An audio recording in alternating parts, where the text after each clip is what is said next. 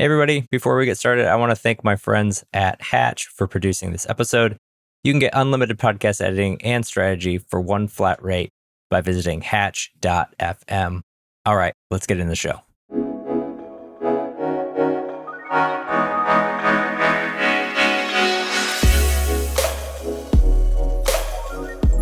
Welcome to Distribution First, the show where we flip content marketing on its head and focus on what happens after you hit publish. Each week, I share playbooks, motivations, stories, and strategies to help you repurpose and distribute your content because you deserve to get the most out of everything you create.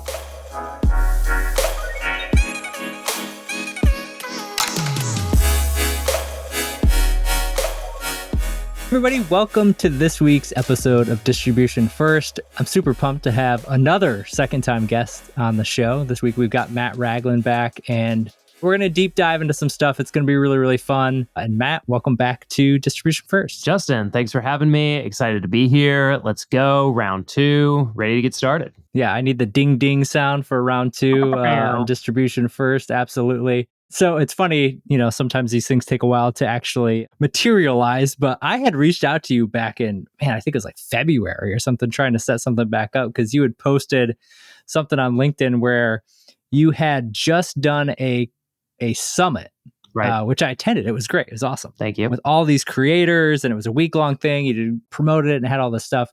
And then you actually, on the back of that, started doing a lot of other things. Mm-hmm. You had community built off of it. You had content built off of it, all these types of stuff. And this is what I love to talk about is how do we take an event? How do we take a video? How do we take a webinar? How do we take these things that we're already doing and get more out of them? Right. Not just the video clips or anything like that, but the ideas and the things and the concepts that come out of it. And the post that struck me was this, you had this idea of, you did these sessions, you had all these great creators, and this idea that, we probably have a year's worth of newsletter ideas that could come out of that. So talk me through that. What was your thinking behind that when you brought that up? Because I loved it from even from a theoretical standpoint. Right. It's something that, so just to give you like the raw numbers of it, we put together a summit. It was a week long. There were 4 speakers per day. So we had 20 speakers, and each of those speakers went about, 45 minutes to an hour each. And I know, and we talked about this in our first episode together, I know when I listen to a podcast in particular that there are at least 4, 5, maybe more unique ideas and stories or systems described that can be turned in to an email newsletter. Especially if you think of a newsletter like I do, which is something that can be, let's just say 500 words centered around one core idea. I do think it needs to be a little bit longer than, say, like the 250 word, like Ship 30 that took over Twitter and still sometimes does. But it doesn't need to be 1,000 words. And so I know when I listen to or give an hour-long presentation or do like a digital fireside chat or a panel, I know that I can get 4 or 5 ideas out of each of those sessions. And so when you just do the math, we had 20 speakers that talked for about an hour each. If I could even just get 3 ideas out of each one, then that's 60 newsletters, which is obviously more than a year. And that's something we've kept doing at Hey Creator. And so it's become a newsletter.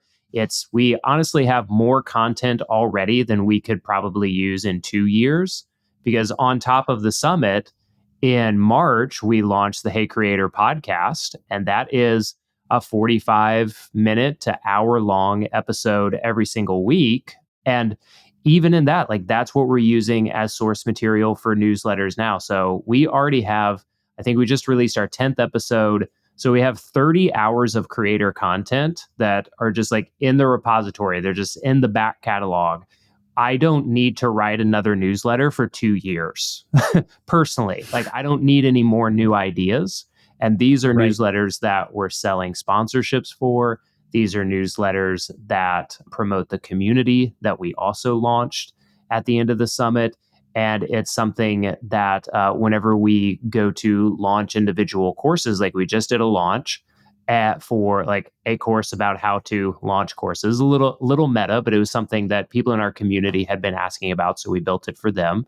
And we were able to like run a launch off the back of the newsletter. And a lot of the things that we talked about are just things that we discussed in the community. I didn't even like really talk about the fact that I go live 4 times a week in our community, 3 to 4 times a week, which means, and again, this year alone, and a lot of this isn't newsletter writing, but just this year alone, I and our team have generated, I would say close to 50 hours of content. And again, if you can get just a couple of pieces of newsletter worthy content out of that, then you're talking about 3 years, 3 years of newsletters. And we can talk about social content. We can talk about short form video. Those things all play into it also. Yeah, and I think that's one of the struggles I know, even working with folks or the talking to folks who are in my community as well, where we just had this conversation a couple weeks ago where you end up creating so much stuff. It can feel overwhelming to even be like, what do I do? Like once the light,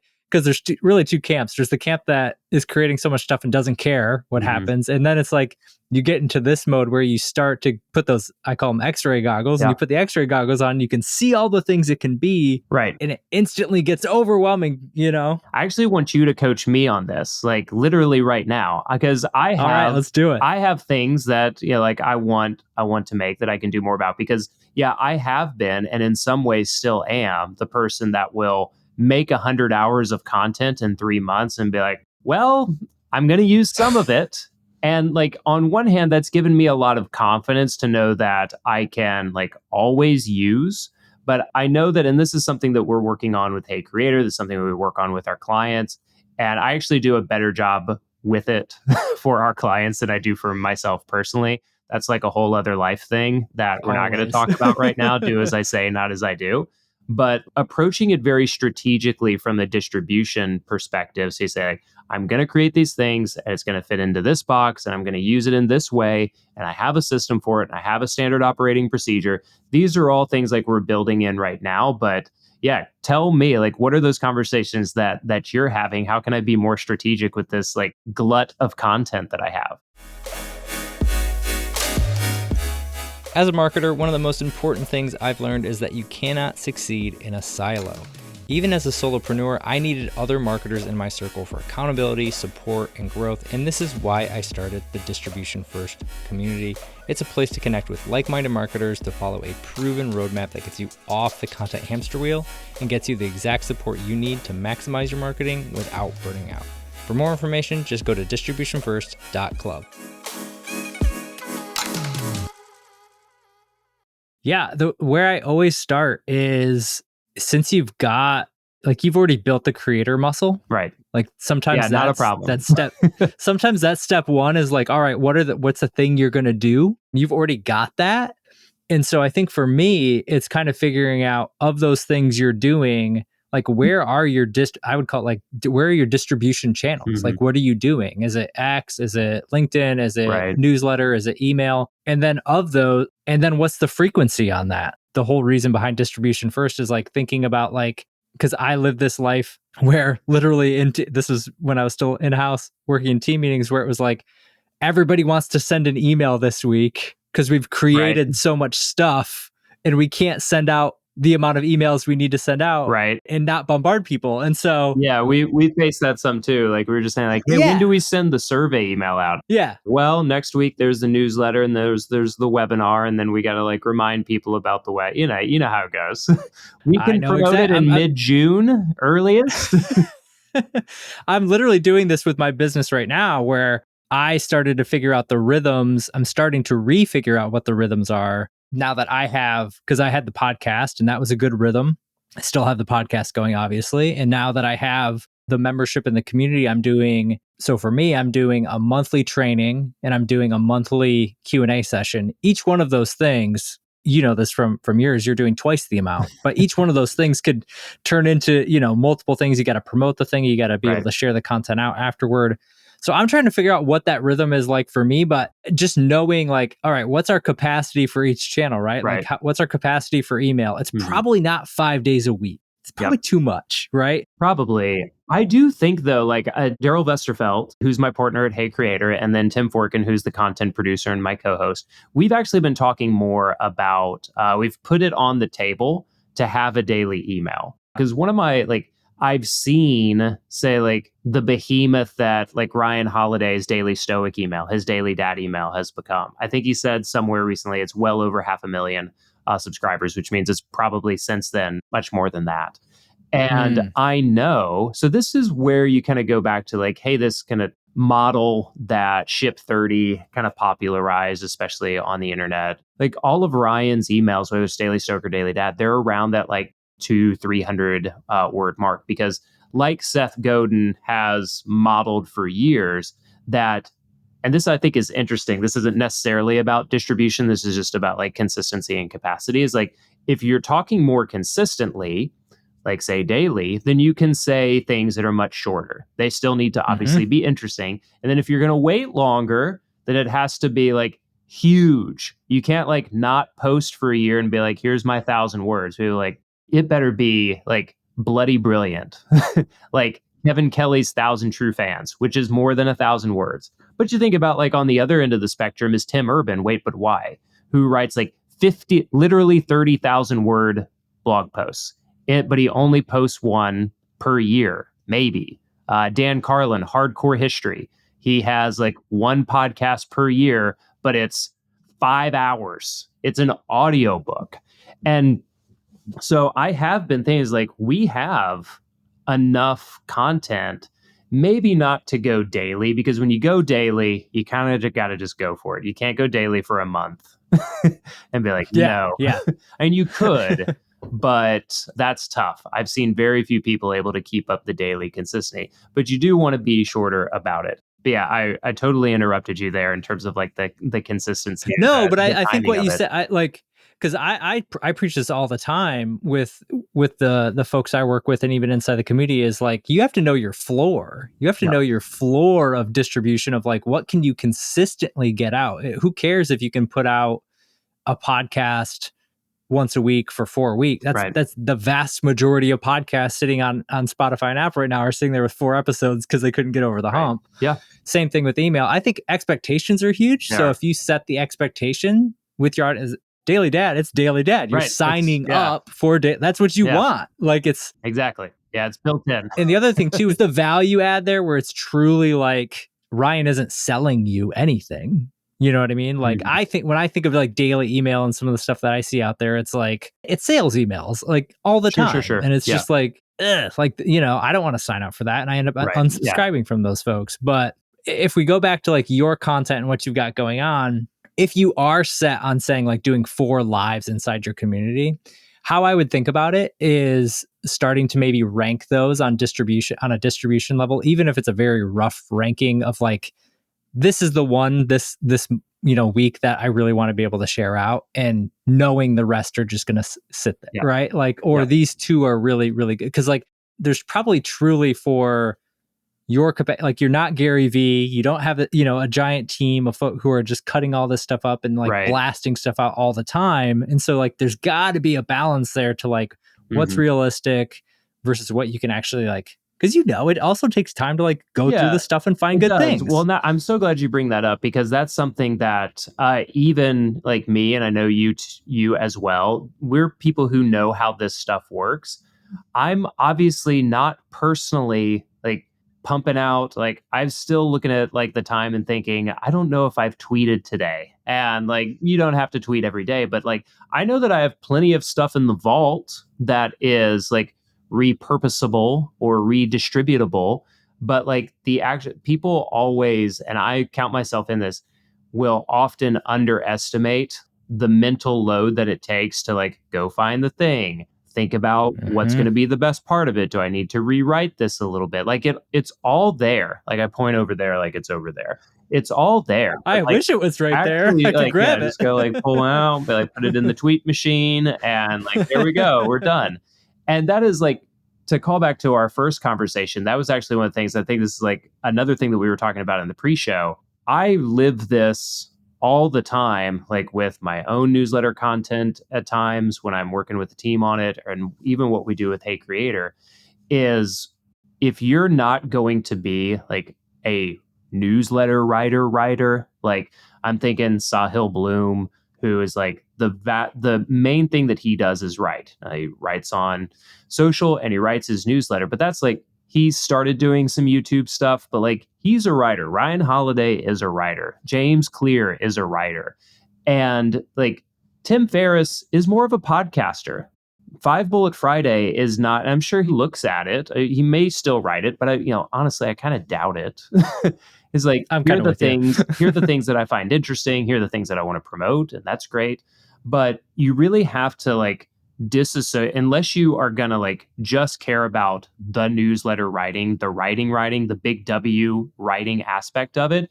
If you're more of a podcaster, video creator, and you're getting hung up on like, does this sound like me? You don't write. So stop micromanaging your team, or even like, honestly, micromanaging a version of yourself that wants to get these things out. Like, I'm not saying that quality doesn't matter. It does. I'm not saying that brand doesn't matter. It does. But I'm telling you, there are people, and I count myself among them at times, of like, you can have something done almost entirely without your input by someone else, by a team, or even by like, AI is getting better and better, but let's just say people. You could have something get to like 80% and actually like have it seen and consumed and enjoyed and learned from, but you won't post it because it's not getting 90%. Or even if you personally can get it to 90%, you're like, it's not exactly what I want. It's not 100%. And so like, you're not sending a newsletter. You're not posting to social enough. These are things that, especially if you're not a writer, get over it. Make the distribution happen, because you're doing enough stuff. I'm doing enough stuff. There should be more. And I need to like, yes, put a system in place. Yes, vet and train people. But once that's done, I need to just let people do their jobs, because I know that when I send more newsletters, I make more money. When I post more to social, people sign up to my newsletter, they subscribe to my YouTube channel, and they get the newsletters that I send out, and I make more money, and the business grows, and I'm able to hire more people, and lots of good things happen. All because like, I didn't micromanage that last little piece. I just allowed for the work that I was doing to be distributed by other people that I trust, and the flywheel keeps turning.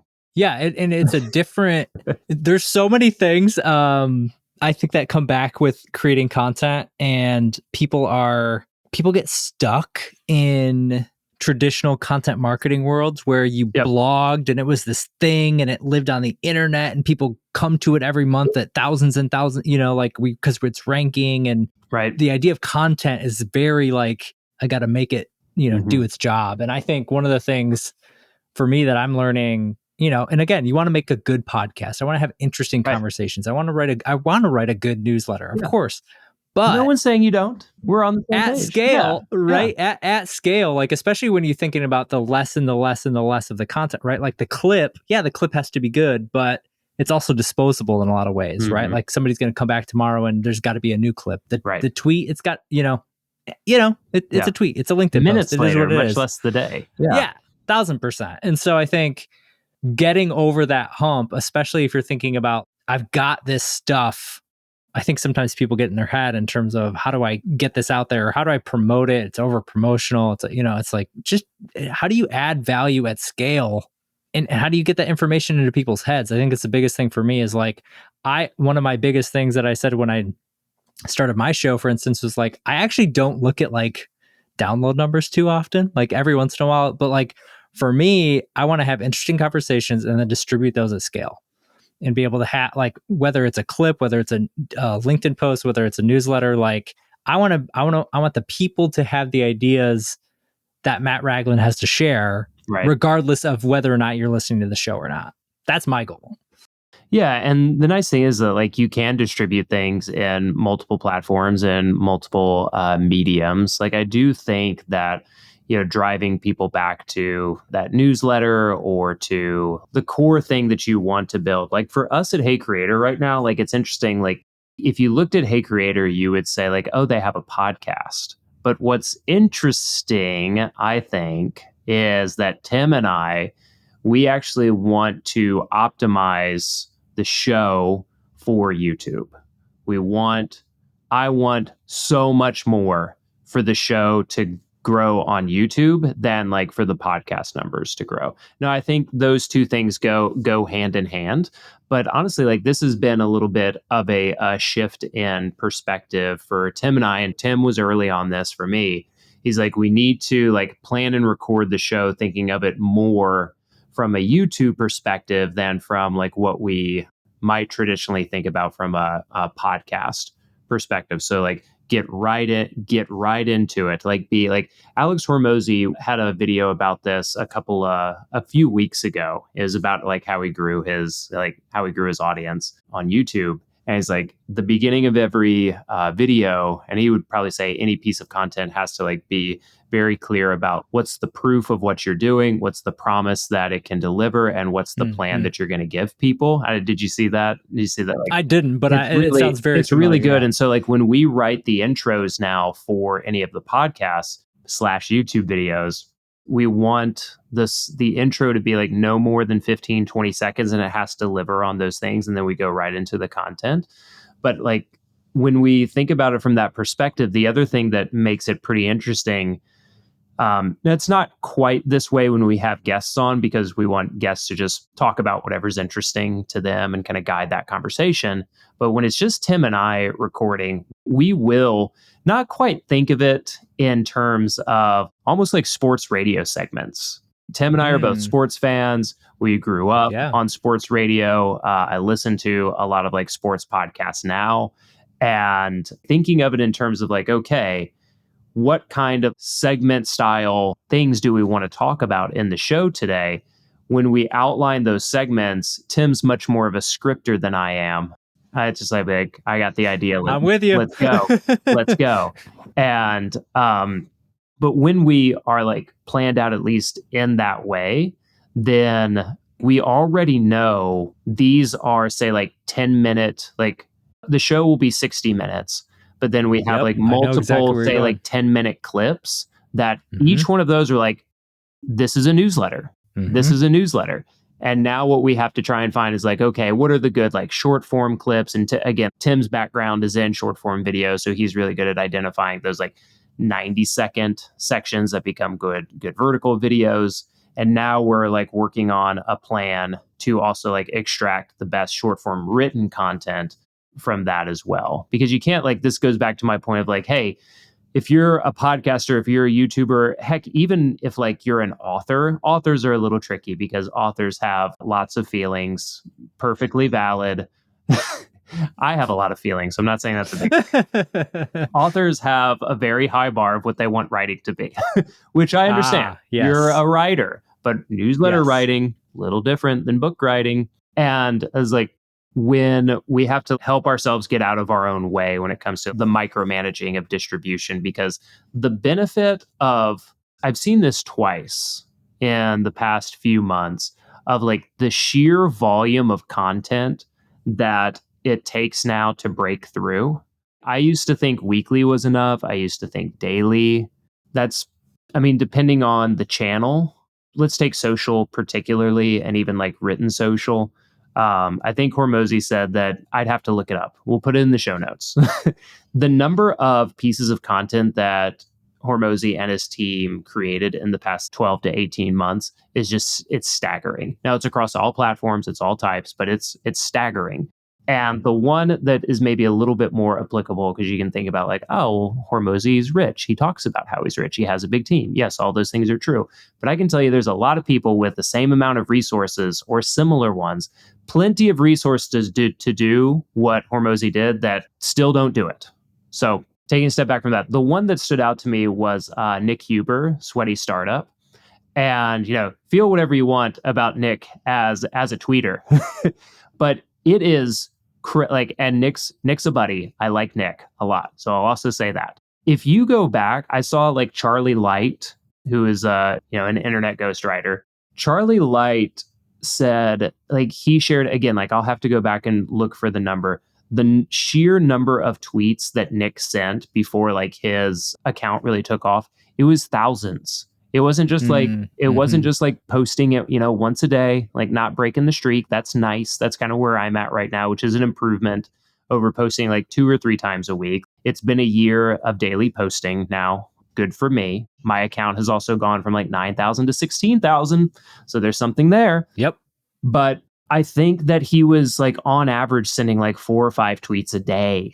And were all of them bangers? Obviously not. But yeah, it's almost like VC capital. It's almost like venture capital for your content. If you put enough out there, and it still has to be good, quality still has to be high. You have to be interesting. You have to like do all these things. But my guess is like I'm coaching myself here a little bit. I guess I know what I say is well-founded. It's research. It's things that I've experienced. I'm good at what I do. I just need to and that's what we're building at Hey Creator for a distribution model, is like getting all the things that Tim and Daryl and I and Terry, other people on the team talk about that we know what we're talking about, and going from 1 post a day to 3 or 4 posts a day. But it's not anything that, like, going back to the mental cognitive overload of it, that's not anything that I'm putting up and producing, but it's also not something that I'm like micromanaging either. Mm-hmm. When I've been at my best at both creation and distribution, I'm batching the process. Yep. Like I am batching the process in a way where, and sometimes it's shocking. If I just put it on the calendar, like I can get all the social content, all the podcasting stuff in pretty much like less than 4 hours. It could be done. Right. It's a personal way to do that. And I have to be better at making that formula work. Because I think that's where people get hung up. I get hung up on that sometimes, where it's like this task of like, I just need it. And then I sit down to do it. And it's like, I put that off all week and it took 15 minutes. Like, what am I doing here? Yeah. I mean, I think we've talked about this on the internets before. I've had that same realization, the thing that I've put off for a week or more, and then I actually do it. And it took 30 minutes.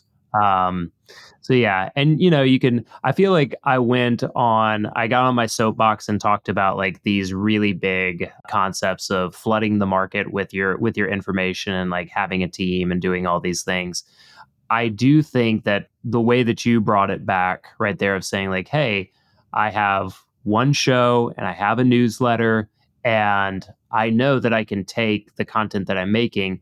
Maybe it doesn't have to be 4 posts a day and all these different video. But I would say if I was doing this all by myself, then I would still record the podcast. I would YouTubeify the podcast as much as possible. And then I would say like, okay, each show, there are probably 3 or 4 newsletters in here. I would just kind of go through and I would just break it down. And that would take time that now I've outsourced. But you said 4 hours. I've done this before. I think that's a pretty reasonable estimate. But I look at it and say, okay, out of each episode should be 2 newsletter minimum, probably more like 3 or 4. And out of that, if I want to, I could make some short form videos. I could have some clip videos.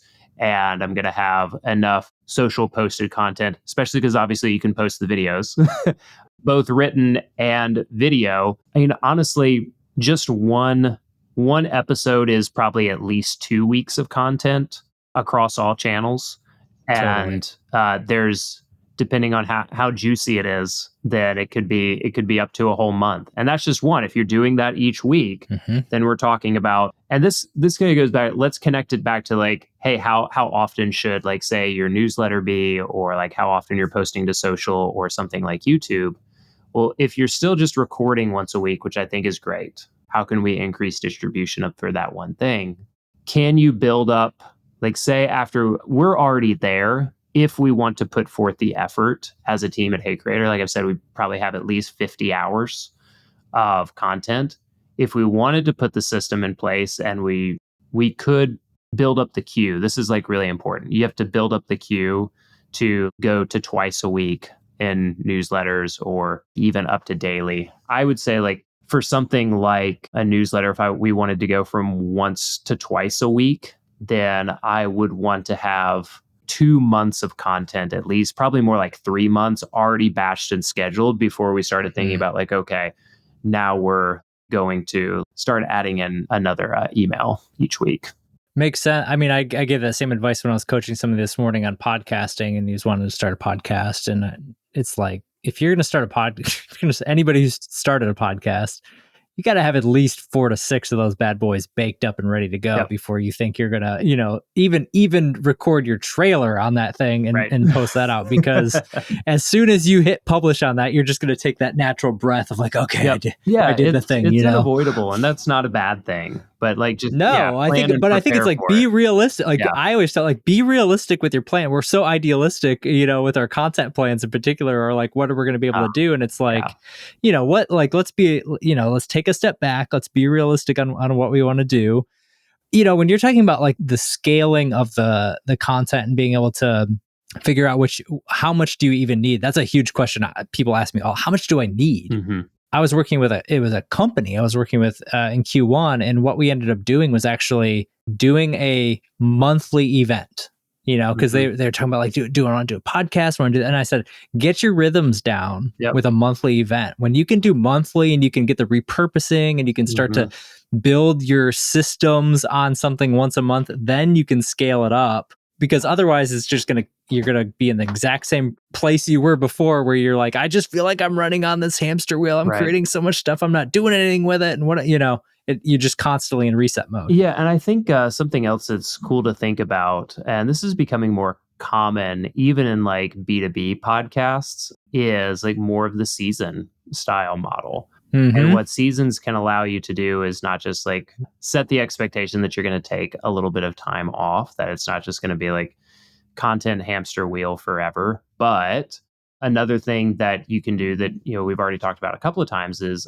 batching, especially if we're thinking about, if you're doing events, maybe if it's not public, something like a podcast, where you can just say like, hey, we're going to meet offsite, or I'm going to clear my schedule for 2 or 3 days or an entire week, and I'm going to do 10, something reasonable, like 2 a day all week. That's 10. That is, let's say you get 12 in. Well, just in one week, or say 2 weeks, you've recorded 3 months worth of podcasts. And again, we've talked about how if you just take the single event and multiply that, not just distribution, but multiplication of content, then like you actually have short form social newsletter content for probably at least 6 months just out of that 2 week sprint that you did. Yeah, I mean, when I was at Metadata, that's what we did with the event. Like, I used the event as the basis to free up my schedule mentally. To then we started the podcast and started other things off of it. But it was like we got consistent out of just 12 sessions, 4 months of content, because we marketed it like a podcast after the fact and just drew people back into the content that was in there. And I think, to your point, like, it circles back to like setting expectations with the audience to say like, we're doing a season and then we're going to like, you could set like really good like I could see a world where that would actually be even more intriguing of we're going to go deep on these 12 things. We're going to do these 12 things for a season and then go deep on them for the next, 6 months. And it's like, oh, cool. I get to get really ingrained in this idea and then move on to the next thing. It's kind of it's really, it could be a differentiator for people. Yeah, I think so. And, it gives people the opportunity to kind of like mentally, like, even your listeners take a break. If you're doing things well, and that's like, I do think like when you talk about seasons, it does matter like what the quality is. And if you can get really good at what you're doing, which, I say that it's a vague statement. I get that. And it's a very subjective statement to say like how good something is. But if you're going to go with a season model, then I do think like having a very specific topic or focus rather than just like conversational style, that's one of the reasons we decided, at least at this point, not to do a seasonal approach to Hey Creators, because we're not doing like a topical deep dive. I do think that is like a thing that is like very interesting and something you could do. Like we could spend, it's like, hey, for this season, we're going to talk all about launches. We're going to talk about marketing. We're going to talk about wait lists. We're going to talk about product development. We're going to do all these things. So like, I think about it in the terms of if you were almost going to, and Tim, bring up Tim again. Tim and I have even talked about some of our podcast and YouTube strategy around that. Well, now we may not do it like week after week after week after week, but we are thinking about, hey, if we were to basically like approach the podcast and the YouTube channel like a course in a sense, and be like, hey, if someone like, do we have courses? Yes. Do we have a community where you can go through that with other people who are doing the same thing as you? Yes. But if someone came to the podcast, and especially because like this is what YouTube is really great at, discoverability, playlists in YouTube are incredibly powerful and still underutilized.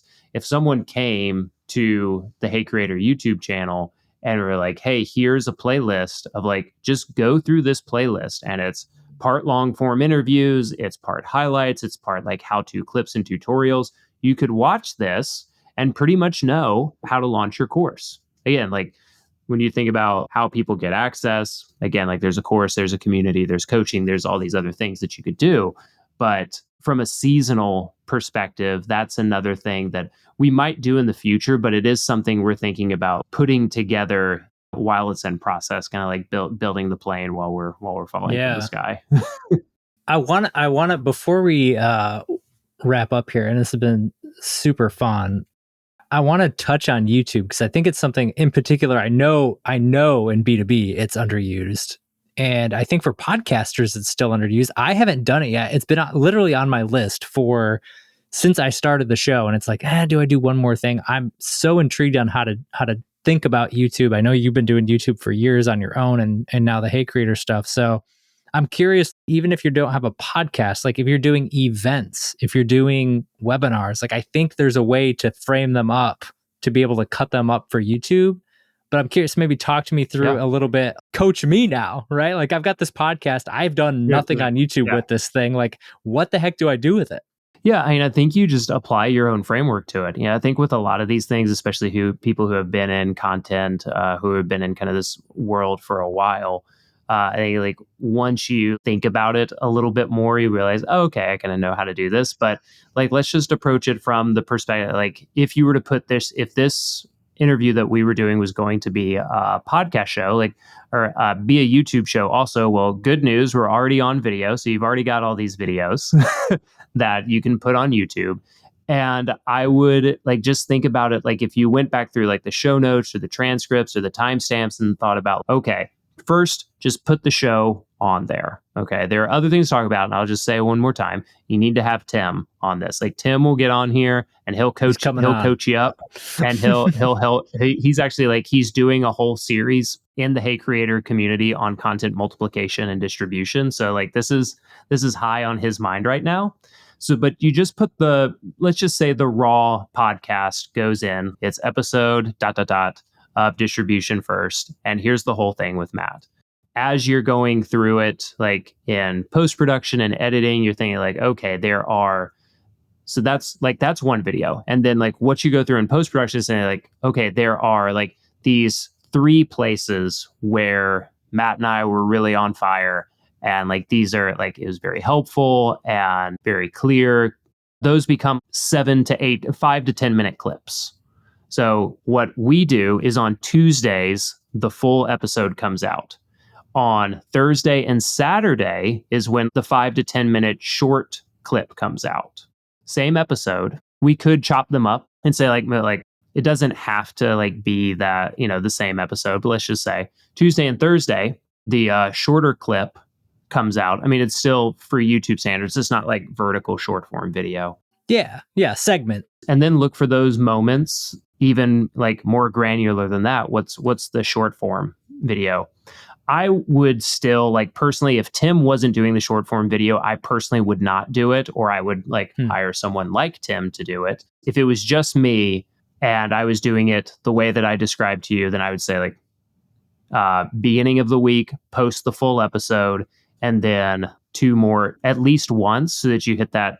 It still matters. It still helps with YouTube to post multiple times a week. I'll say that. But again, like that doesn't mean you have to create something unique every single week, every single post. So that's what I would do. I like that. And I've got, like you said, like at this point, oh my gosh, Matt, I've got hundreds of hours of videos.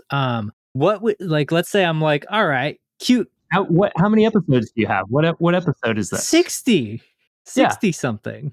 You've already got a year. You've already got your first year of YouTube content. Now, again, like we've talked about, like that doesn't mean you just throw it out there. I mean, I guess it could, more effective than not, but like I want to continue to acknowledge that it takes focus, it takes effort, it takes a mental load to like take the 60 episodes that you have and actually like, okay, well, I'm gonna download them, I'm gonna import, I'm gonna like upload, I gotta write do the title, descriptions, do the titles, do the I don't like that thumbnail. What do I do for an end screen? When am I gonna put like these are all real, like they're simple, they're easy, they're time consuming, and you get like this is one little extra soapbox moment that I have is we've been not necessarily tricked, but I'm guessing I'll just speak for myself, that we've been fed this belief, not going to say it's a lie, we've been fed this belief that anything that isn't like the highest leverage use of our time is beneath our doing. And I do think that and we get stuck in that. And I do think there's some truth to it.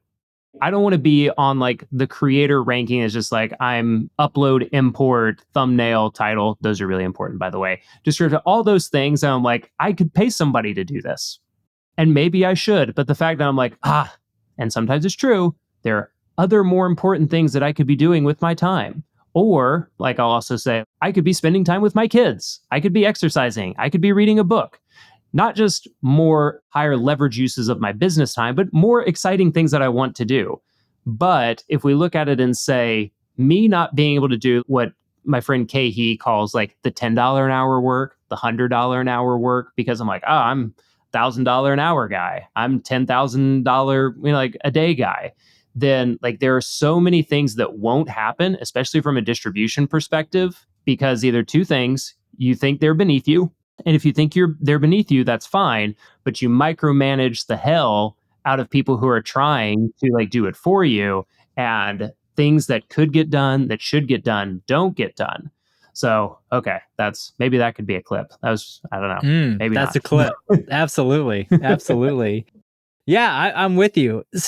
I'm with you. It is like, especially if you're an entrepreneur, solopreneur, like, like even maybe if you're upper level in-house, like, right? Like, this is not what I should be doing. You do got to prioritize what you do. Yeah. You do got to prioritize what you do, and you should be leveraging your time. But like that goes kind of back to you either need to be willing to hire, you either need to do it or you need to hire for it. And if you hire for it, you got to give people training, but you got to let them do their jobs, especially if you're hiring an expert or someone who you're paying more than offshore. Nothing wrong with hiring offshore talent. It's something I'm looking at a lot more. But if you're not hiring someone that you're like, this person's cheap, I can get them to do whatever I want and I can be upset at them. Like if you're hiring someone that our newsletter service is $3,000 a month, if you're paying my writers and me $3,000 and you're going like this, you're going to try and micromanage us. Well, everything's going to be good. What are you paying me for if you just want to give yourself like an editor's job? You gave me the writer's job so that you can be like the editor manager job. Just let it go. Let it go and let me send you newsletters. Let me make you content that's going to make you money and make your fans happy. Because you don't write. They won't notice that it doesn't sound like you. Nothing sounds like you. No. You don't write. You talk on a podcast. I talk on a podcast. So nothing wrong with that. So I'm with you. Yeah. Even well, honestly, like some of my best client work, they trust me to run with it, right? Like we've got this blog content, we need it repurposed, and we got this webinar content, we need it repurposed. They in that case, they're hiring me because they've experienced a bottleneck, and they, if you are thankfully, if you're hiring at a premium, then you have to let them do their thing. And especially from a distribution perspective, you have to let them do their thing. If they're doing their thing and you don't end up liking it, and the like back and forth, like week to week or month to month, not day to day feedback isn't going the way that you want, then you can just fire them. Like you can fire me. It is fine. But if you hire experts, you need to let them like do their thing. And I can, this would be an assumption, but like at that point, it's just like I would just rather be fired and go get another client who wants the work done without the micro. You know what I mean? Like it's just easier at that point. Yeah, exactly. Yeah, no, I'm with you. Man, this is awesome. I don't want to keep going on all like getting on my soapbox about things that I'm not even sure are related. No, it's great. I got one final question. Go back to YouTube here. Great. Selfishly, because I do have 60 episodes of this thing. What would your suggestion be? Right? Like what would just be? I've got like, do I upload a few of the older episodes? I've got old episodes and I got new episodes coming out all the time. What do I do with this stuff? Yeah, I would start with, say, what are your 10 best prior episodes? Whether you know through the metrics of the show itself, like these are the ones. I would think about it two ways. These are the most popular that people have responded to, and then these are the most important. Because as we know, unfortunately, sometimes the most important things aren't always the most popular things, but you still got to like establish your story, your vision. Talk about why you do what you do, especially like if there's, I would say, like when we were doing this, if there's something where we're talking about our newsletter agency, like that's important, or we're talking about the community, that's important for people to like see, like, oh, like it may not have as many views, but if like the title and the thumbnail, especially on YouTube, are compelling, I'll be like, oh, well, I mean, I don't really care that it only has 100 views. I need a newsletter service. I want to join a community. So I would like think about episodes first, full episodes first, because that'll just be easier. You don't have to edit. Like, let's just say you don't have to look for clips or pull those out, and put up 10, probably week after week for now. Like just queue them up, batch them up, schedule them out. 10 at a time, or one? No. Like 1 weeks? Per week for like 10 weeks, okay. Basically. Okay. Or say like 2 per week for 5 weeks, whatever. I would just say 1 per week for 10 weeks, but make it a combination of what's your most popular and most important. And then you can keep going into what I think about now, like especially with the newsletter we're doing now for Hey Creator. I know this isn't YouTube, but we're using podcast content because it's more podcast YouTube content for us because it's more relevant. But if we ever get stuck or we ever get behind a little bit, that's where we go to like, hey, we have 20 hours of summit content just like sitting in our back pocket. Like I'm about to go on paternity. I'm about to take a month off because we're having another child. And congrats, like, man. We're far enough ahead. But if, what I want to do is get another month ahead so that when I come back from work, it's not like, hey, we used up our buffer and now it's time. Like next Tuesday, there's got to be an email going. I was like, hey, let's just use summit content to create any additional podcast stuff that we need and any additional newsletter stuff. Like I don't personally want to look at the YouTube channel or the newsletter until the first week of August. And we're gonna be able to do that.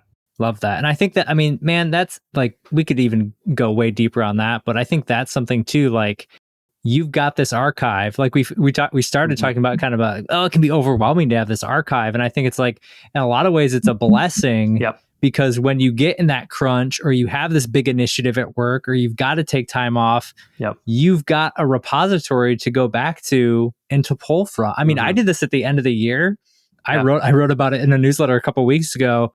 End of the year was, it's just like, man, December's draining. Like, I don't want to record any new show. I took all the best episodes from the year and uploaded them back in as best of 2023. Matt, it was the second best month of the year. Play the hits, man. Play the hits, everybody. Replay the hits. Absolutely. Absolutely. It was like the hits. It was unbelievable. Everybody I was like, the hits. Old subscribers love them because they were the hits, and new subscribers love them because they're like, I haven't heard this before. This is great. Yep. It's like, oh man, yeah, that episode. Like, I haven't, because that's the thing. Is like, it's so easy to fall in the trap of like, yeah, they've heard that, and it's like, well, yeah, they heard it 8 months ago. Yeah. Yeah, sure, it's so I think like that's such a great way to think about content, and just like, I've got this library, it's great content. And again, if you're thinking about as you're creating this stuff and it's on brand, it's in your POV, it's got all those things, it's touching messages, you can grab anything from that Hey Creator, literally anything probably from that Hey, and it's going to work. Yeah, that's the beauty of it. That's the beauty of it. Absolutely. So Matt, super fun to have you on, dude. We're gonna make it 3 at some point here, because I just always have a blast chatting with you. So we'll go ding round 3 at some point. But it was great. Yeah, love the podcast. Love the community that you built and what you put out. So yeah, excited to see more. Thanks for having me, and yeah, we'll do it again. Awesome. Thanks, Matt.